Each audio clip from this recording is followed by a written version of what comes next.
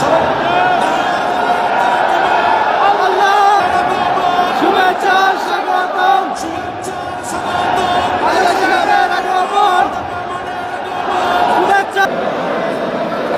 আলাইকুম ওয়া রাহমাতুল্লাহি তাআলা ওয়া বারাকাতুহু।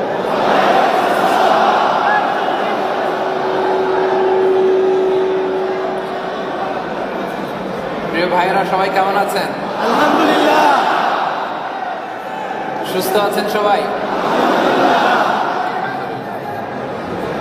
আমি ভালো আছি, আলহামদুলিল্লাহ। আলহামদুলিল্লাহ, বারাকাল্লাহ।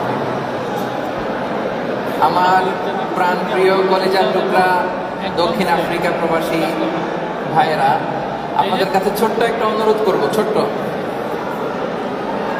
সেটা হচ্ছে একটু নীরবতা বজায় রাখতে হবে, মেহেরবানি করে। কোনো আওয়াজ হবে না, আওয়াজ হবে না। আর মেহেরবানি করে এই যে মোবাইল ফোনটা, এটা অফ করতে হবে, মেহেরবানি। বসেন বসেন বসেন। বাংলাদেশেও প্রতিটা জেলায় যখন যেতাম, এই ক্রাউড ম্যানেজমেন্ট ঠিক করার জন্য আধা ঘন্টা সময় লেগে যেত।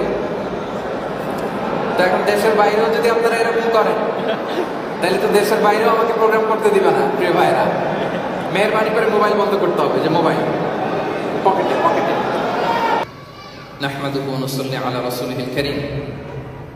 আম্মা বা'দু ফাআউযু বিল্লাহি মিনাশ শাইতানির রাজীম। বিসমিল্লাহির রাহমানির রাহিম। قد أفلح المؤمنون الذين هم في صلاتهم خاشعون. صدق الله العظيم. رب اشرح لي صدري ويسر لي أمري واحلل عقدة من لساني يفقهوا قولي. তাফসীর মাহফিল বাস্তবায়ন কমিটি দক্ষিণ আফ্রিকার আয়োজনে আজকে দক্ষিণ আফ্রিকার অন্যতম একটি শহর জোহানেসবার্গের মিডল্যান্ড এরিয়াতে টার্কিশ মস্ক নিজামিয়া কমপ্লেক্সে আয়োজিত আজকে এই তাফসীরুল কোরআন মাহফিলে যারা উপস্থিত হয়েছেন, তাদের সবাইকে জানাচ্ছি আন্তরিক শুভেচ্ছা, অভিনন্দন এবং মুবারকবাদ। আহলান ওয়া সাহলান ওয়া মারহাবান বিকুম ফি হাযা আল-লিকা আত-তাইয়িব আল-মুবারাক। আশা করছি আপনারা সবাই ভালো আছেন, সুস্থ আছেন, নিরাপদে আছেন, এবং আল্লাহ তাআলার কাছে এই দোয়াই করি, এই কামনাই করি যে আল্লাহ তাআলা আপনাদের সবাইকে ভালো রাখুন, সুস্থ রাখুন, নিরাপদে রাখুন, ঈমানের সাথে রাখুন। আমরা শুরুতেই আল্লাহ রাব্বুল ইজ্জা ওয়াল জালালের দরবারে শুকরিয়ার মস্তক অবনত করছি, লাখো কোটি কোটি শুকর এবং সুজুদ জানাচ্ছি যে আল্লাহ তাআলা আজকে আমাদেরকে পৃথিবীর সবচেয়ে শ্রেষ্ঠতম জায়গা আল্লাহর ঘর মসজিদে একত্রিত হওয়ার সুযোগ করে দিয়েছেন। আসুন আমরা হৃদয় নিংড়ানো মনের সবটুকুন ভালোবাসাকে উজাড় করে দিয়ে সিংহ শার্দুলের মতো গর্জন করে দেহের সবটুকুন শক্তি গলার এই মাঝ বরাবর এনে প্রাণ ভরে আওয়াজ করে সবাই পড়ি কালিমাতুশ শুকর, আলহামদুলিল্লাহ। সবাই পড়ুন রব্বানা লাকাল হামদ হামদান কাসীরান তাইয়িবান মুবারাকান ফীহি ইয়া রাব্বি লাকাল হামদু কামা ইয়ানবাগি লিজালালি ওয়াজহিকা وعظيم سلطانك لك الحمد بالإيمان لك الحمد بالإسلام لك الحمد بالقرآن। আল্লাহ রাব্বুল ইজ্জা ওয়াল জালালের দরবারে শুকরিয়া জ্ঞাপনের পাশাপাশি আমি আজকের এই প্রোগ্রামের যারা অর্গানাইজার, তাফসীর মাহফিল বাস্তবায়ন কমিটি দক্ষিণ আফ্রিকা, তাদেরকে অন্তরের অন্তঃস্থল থেকে শুভেচ্ছা জানাতে চাই যে প্রবাসে এত চমৎকার একটি কোরআনের মাজলিস তারা আয়োজন করে দিয়েছে। আলহামদুলিল্লাহ, আলহামদুলিল্লাহ। আজকের এই প্রোগ্রামে উপস্থিত আছেন দক্ষিণ আফ্রিকা প্রবাসী বাংলাদেশি ব্যবসায়ী ভাইয়েরা, চাকরিজীবী ভাইয়েরা, শ্রমজীবী ভাইয়েরা, ছাত্র ভাইয়েরা, বোনেরা, কচিকাচা সোনামণিরা, মিডিয়া, প্রেস, সাংবাদিক বন্ধুরা, ভলান্টিয়ার্স, সবাইকে আমি অন্তরের অন্তঃস্থল থেকে শুভেচ্ছা জানিয়ে শুরু করছি। বিশেষ করে I would like to thank specially to the Nizamia complex authority for providing us. Bishnu Islam বললেন ওয়ামাতআমুহু হারাম, তার ইয়া রাব আর চোখের পানি দেখে তোমরা অবাক হয়েছো, কিন্তু যে খায় ও যা খায় এটা হারাম খায়। ও মাশরাবুহু হারাম, যা পান করে হারাম। মালবাসুহু হারাম, ওর গায়ের জামাটা হারাম। ও গুযিয়া বিল হারাম, খাবার দাবার সবই হারাম। ফাআন্না ইউস্তাজাবু লাহ, তার দোয়া কেমন করে কবুল হবে? জিহাদের ময়দানে সর্বপ্রথম ওই যে পেছনে দাঁড়িয়ে দাঁড়িয়ে ভিডিও করতেছে মোবাইলে, না করার পরে শোনেন, এই যে পাশে যদি কাউকে দেখেন মোবাইল দিয়ে ভিডিও করে, এই আপনিই তো ভিডিও করতেছেন, এই আপনার আপনার দেখে দেখি বাকিরা মোবাইল বের করবে। জি, মোবাইল। জিহাদের ময়দানে যে সাহাবী সর্বপ্রথম তীর মেরেছেন তার নাম সাআদ ইবনে আবি ওয়াক্কাস রাদিয়াল্লাহু তাআলা। তিনি বিশ্বনবীকে বললেন, ইয়া রাসূলুল্লাহ, উদউল্লাহ আইয়াজআলানি মুস্তাজাবাদ দাওয়া। হে নবী, আপনি আমার জন্য দোয়া করেন আল্লাহ যেন আমাকে মুস্তাজাব দাওয়া বানায়। মুস্তাজাব দাওয়া মানে এমন ব্যক্তি যে ব্যক্তি দোয়া করতে দেরি কিন্তু সে দোয়া কবুল হতে দেরি হয়। বিশ্বনবী বললেন, ইয়া সাআদ, তোমার মুস্তাজাব দাওয়া হওয়ার বড় শখ। আতিব মাতাআমাক, যেটা খাবা হালাল খেও, তাকুন মুস্তাজাব দাওয়া। যেটা খাবে হালাল খেও, হালাল খেলেই তুমি মুস্তাজাব দাওয়া। সুবহানাল্লাহ পড়বেন না? তাই হারামের সাথে আমাদের কোনো সম্পর্ক নাই। আমরা যেন হালাল উপার্জন করি। হালালের ভেতরে বরকত ঢুকিয়ে দিয়েছে কে? সম্মানিত ভাইরা, আপনারা ব্যবসায়ী, আল্লাহ তাআলা আপনাদেরকে সমৃদ্ধি দিয়েছেন, প্রাচুর্যতা দিয়েছেন। এই ব্যবসার মধ্যে যেন আমাদের কোনোভাবে হারাম না ঢুকে। কি না ঢুকে? খেয়াল রাখতে হবে। This is the first and foremost take away message today. আজকের প্রথম টেক অ্যাওয়ে মেসেজ হচ্ছে সাংবাদিক ভাইদের জন্য সুবিধা করে দিচ্ছি রিপোর্ট করার জন্য। আজকের এই প্রোগ্রামের টেক অ্যাওয়ে মেসেজ হচ্ছে মুসলিমের সাথে, একজন প্র্যাকটিসিং মুসলিমের সাথে হারামের কোনো সম্পর্ক কোনোভাবে থাকতে পারবে না। ইউর ফুড শুড বি হালাল, ইউর ড্রিঙ্ক শুড বি হালাল, ইউর ফ্যাশন শুড বি হালাল, ইউর এন্টারটেইনমেন্ট শুড বি হালাল। আপনার সব হালাল হইতে হবে। আল্লাহ তৌফিক দান করুন, পড়েন আমিন। দক্ষিণ আফ্রিকায় আরো একটা জিনিস আমাকে অবাক করেছে, সেটা হচ্ছে মসজিদ। সেটা কি? এই আজকের প্রোগ্রামে আসার আগেও কিন্তু আমি এখানে সালাত করেছি। আমার আরেক জায়গায় একটা মিট আপ ছিল, ওখানে যাওয়ার পথে আমাকে বললো যে এখানে চলেন মাগরিব করি, ফেরার পথে। আমি কিন্তু এই মসজিদে মাগরিবের সালাত আদায় করেছি গতকাল না পরশু দিন। তো সুবহানাল্লাহ, আমি অবাক হয়েছি যে দক্ষিণ আফ্রিকায় এত চমৎকার চমৎকার মসজিদ আছে। বিশেষ করে ইন্ডিয়ান মুসলিমদের তৈরি করা কিছু মসজিদ দেখে আমি হতবাক, অবাক হয়েছি, অভিভূত হয়েছি। সুবহানাল্লাহ, এত চমৎকার ইন্টেরিয়র ডিজাইন, এত ওয়েল অর্গানাইজড ম্যানেজমেন্ট। সুবহানাল্লাহ। তো দক্ষিণ আফ্রিকার লোকদের যদি থাকতে পারে, ইন্ডিয়ানদের যদি থাকতে পারে, বাংলাদেশিদের একটা থাকা উচিত না বলেন? এত এত ব্যবসায়ী, সম্পদশালী, আপনারা প্রভাবশালী, আমাদের তো এরকম কোনো মসজিদ নেই। কি বলেন? আমাদের একটা মসজিদ থাকার দরকার আছে না নাই? তো আপনাদের কমিউনিটি নেতৃবৃন্দের সাথে এই ইস্যুটা নিয়ে আমি আলাপ করেছি এবং প্রাথমিকভাবে পর্যালোচনা হয়েছে, সিদ্ধান্ত হয়েছে যে এটা নিয়ে আমরা কাজ করব। যেহেতু আমাদের অর্থের, ফান্ডিং এর কোনো অভাব নেই, অনেক অর্থ আল্লাহ তাআলা আমাদেরকে দিয়েছে। তো আমরা প্রাথমিক এই আলোচনা করেছি যে এখানে বিশাল একটা ল্যান্ড আমরা পারচেজ করে অন্যান্য কমিউনিটির মতো আমাদের নিজস্ব একটা মসজিদ আমরা স্থাপন করবো এখানে ইনশাআল্লাহ। আপনাদের অর্থায়নে আপনাদের মসজিদ, ছোটখাটো বিল্ডিং এর নিচে কোন একটা পাড়ায় মসজিদ, ওই চিপার ভিতরে মসজিদ, এরকম না। আমি দেখলাম আজকে 10 কিলোমিটার দূর থেকে এই মসজিদের মিনারা দেখা যায়। টার্কিশরা কিন্তু এরকম। সুবহানাল্লাহ, আমাদের টার্কিশ ভাই বোনেরা তাদের কালচারকে প্রমোট করবার জন্য গোটা বিশ্বের সব জায়গায়, আমেরিকাতে ম্যারিল্যান্ডে একটা মসজিদ আছে, অনেক বড়, বিশাল। খোদ ইউরোপে তারা মসজিদ করেছে, বিশাল বিশাল মসজিদ। তো তারা পারলে আমরা পারবো না? আওয়াজ করে বলেন, পারবো না? তো কমিউনিটি নেতৃবৃন্দের সাথে আমাদের আলাপ হয়েছে যে আমরা বিশাল একটা মসজিদ, শুধু মসজিদ না, মসজিদ, ইসলামিক সেন্টার, ইসলামিক ইনস্টিটিউট, মাদ্রাসা একসাথে থাকবে, যেখানে আপনাদের ছেলেমেয়েরা পড়াশোনা করবে, আলিমিয়া কোর্স কমপ্লিট করবে, স্কলার হবে। আলহামদুলিল্লাহ। তো আপনাদের কমিউনিটি নেতারা যদি এই উদ্যোগ নেয় এবং সাপোর্টের জন্য, কন্ট্রিবিউশনের জন্য আপনাদেরকে আহ্বান জানায়, আপনারা থাকবেন তো? ইনশাআল্লাহ। মুক্ত হজ কন্ট্রিবিউট করবেন তো ইনশাআল্লাহ? আল্লাহ তৌফিক দান করুন, পড়েন আমিন।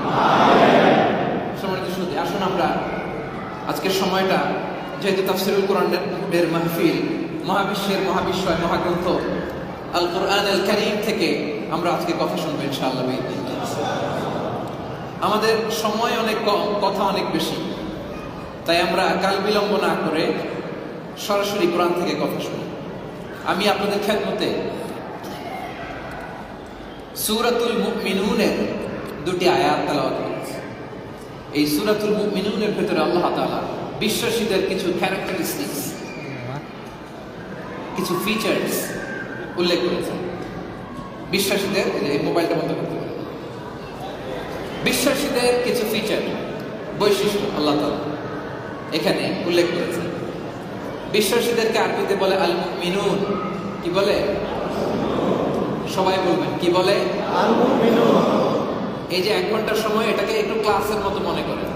মোবাইলটাকে সাইলেন্ট করে পকেটে রেখে দিয়ে আমার দিকে তাকান, আমার দিকে। মোবাইল তো সবসময় দেখা যায়। ব্রেন টু ব্রেন, 1 to 1 ইলম আসছে এইভাবে, সিনা বা সিনা, সদর বা সদর, হার্ট থেকে হার্টে যায় এলেম। তা আপনি যদি এইভাবে করেন, এলেম আসবে আপনার অন্তরে? আপনার সিনার ভিতরে এলেমের নোট ঢুকবে? আমার দিকে থাকে, 1 to 1। আর প্রশ্ন করলে উত্তর দিন। সূরার নাম হচ্ছে সূরাতুল মুমিনুন। কি নাম? এই সূরাটা কোরআনের 18 পারায় অবস্থিত। কত পারায়? আমি কিন্তু জিজ্ঞেস করব, সূরার নাম সূরাতুল মুমিনুন, এটা কোরআনুল কারীমের 18 পারায় অবস্থিত। এটা সূরাগুলোর যে 114 সূরার ধারাবাহিকতা, সেই ধারাবাহিকতা এটা কোরআনুল কারীমের 23তম সূরা। কততম? 23তম। আচ্ছা। আর সূরাটা মাক্কি সূরা। আমরা জানি সূরাগুলো 2 ভাগে বিভক্ত, মাক্কি, মাদানী।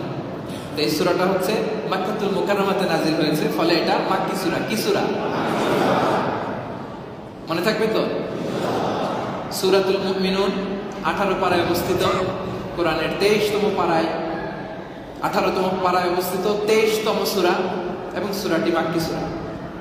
মনে থাকবে? দেখি মনে আছে কিনা, বলেন সূরার নাম। সবাই বলুন। কত পারায় অবস্থিত? কততম সূরা? সূরাটি মাদানী। মনে আছে? মাশাআল্লাহ, এটা মাক্কি সূরা। যেহেতু মনে আছে, এবার টেস্ট করবো কিন্তু আপনাদেরকে। মনোযোগ দিয়ে আমার দিকে তাকান, 1 to 1, ব্রেন টু ব্রেন। তো এই সূরাটা আল্লাহ তাআলা আমাদের নামে ডেডিকেট করেছেন। এই দেশের প্রেসিডেন্ট রামাফোসা, উনি যদি আমাকে কল করে, কেমন লাগবে আপনার? আপনাকে যদি কল করে, এই দেশের একটা সড়ক যদি আপনার নামে দেয়, আপনার নামে ডেডিকেট করে, কেমন লাগবে?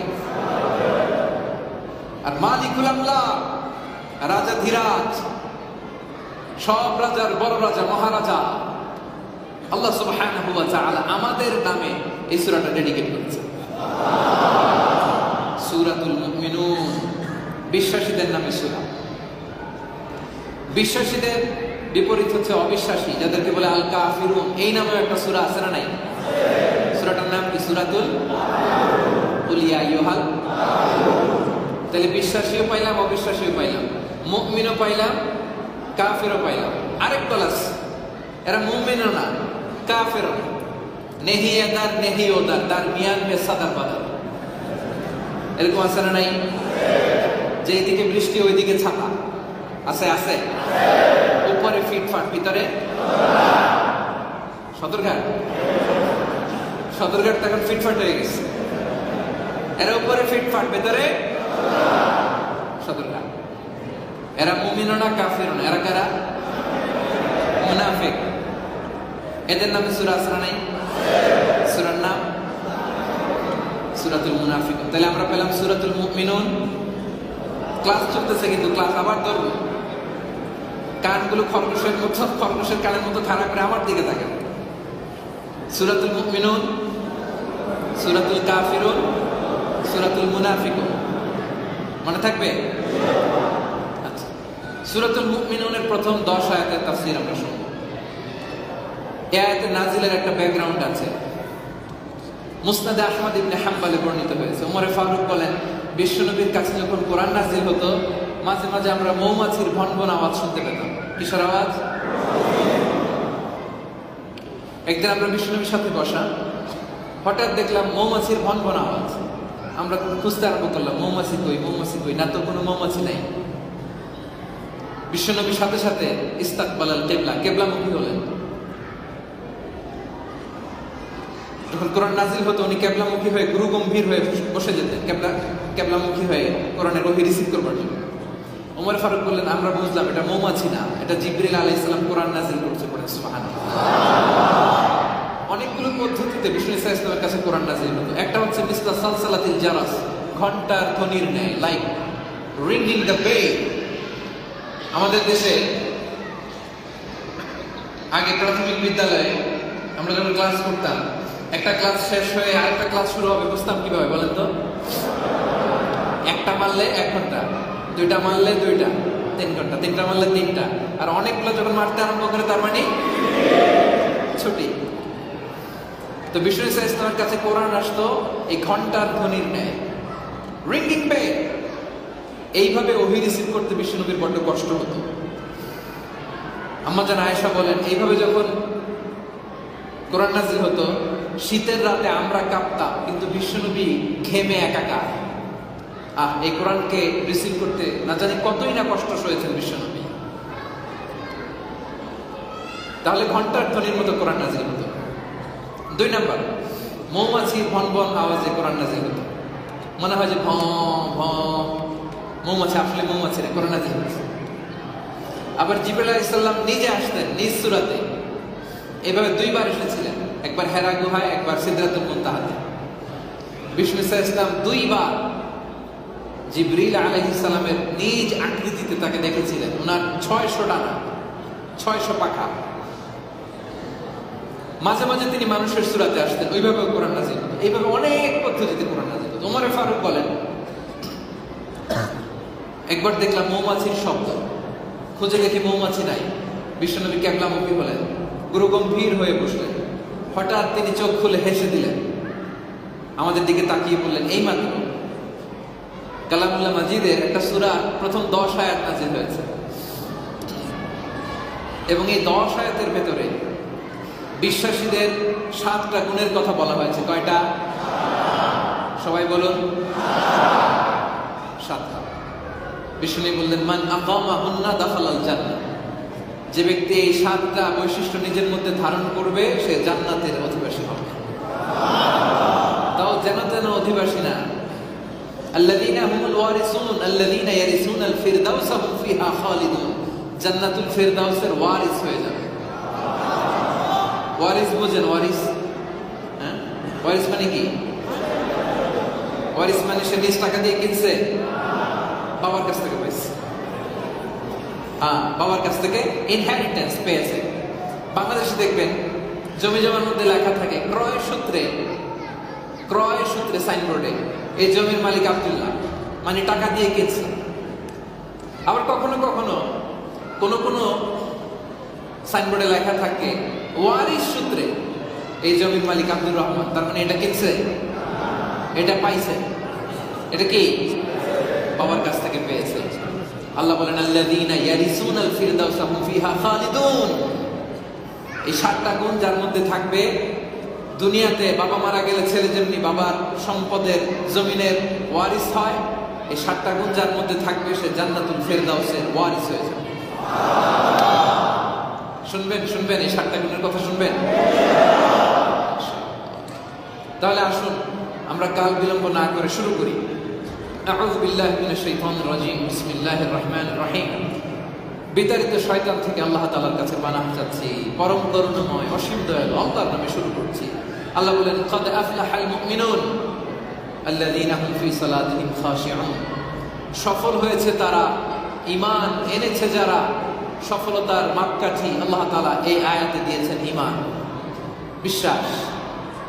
বিশ্বাস বড় দামি জিনিস। বিশ্বাসে মিলায় বস্তু, তর্কে বহুদূর। এই জন্য বিশ্বাসের দরকার আছে না নাই? এই পৃথিবীটা চলে বিশ্বাসে প্রিয় ভাইয়ের। এই যে আপনারা তো ভালো বুঝবেন, পার্টনারশিপ বিজনেস এটা চলে কেমনে বলেন তো? আপনার পার্টনারকে যদি বিশ্বাস না করেন ব্যবসা চলবে? আচ্ছা, লাইফ পার্টনার দম্পতি একে অপরের প্রতি বিশ্বাস না থাকলে সম্পর্ক টেকে? এই যে দেখবেন, ধরেন যে ঢাকা থেকে কক্সবাজারে গ্রিন লাইন বাস যাবে, টিকিট কেটে যাত্রীরা যে বাসে বসে লম্বা ঘুম দেয়, এবারে যে ঘুম দিছে এই ড্রাইভারের চিনে? কথা বুঝে নাই, ড্রাইভারের চিনে? অ্যাসিস্ট্যান্টকে চিনে? তো এই ড্রাইভার যদি ঢাকা থেকে কক্সবাজারের টিকিট কাটছে, কক্সবাজার না নিয়ে যদি যশোর নিয়ে যায়, রাত 10টায় উঠে বেচারা ঘুম, সকালে উঠে দেখে ঠিকই কক্সবাজার। তো যে রাতে ঘুমটা দিছে কিসের উপর ভিত্তি করে বলেন বলেন বলেন? বিশ্বাস। বিশ্বাসে মিলায় বস্তু, তর্কে? আপনার কলিজার টুকরা, আদরের সোনামণি, নয়নমণি ছোট্ট বাচ্চাটাকে দেখবেন, অনেক বাচ্চাকে কোলে তুলে বাবা এরকম শূন্যে ছুড়ে মারে, হ্যাঁ, আবার আবার ধরে আবার, আর বাচ্চা খিলখিল করে হাসে। দেখছেন দেখছেন? বাচ্চা হয়েছে আপনাদের? হ্যাঁ, আলহামদুলিল্লাহ।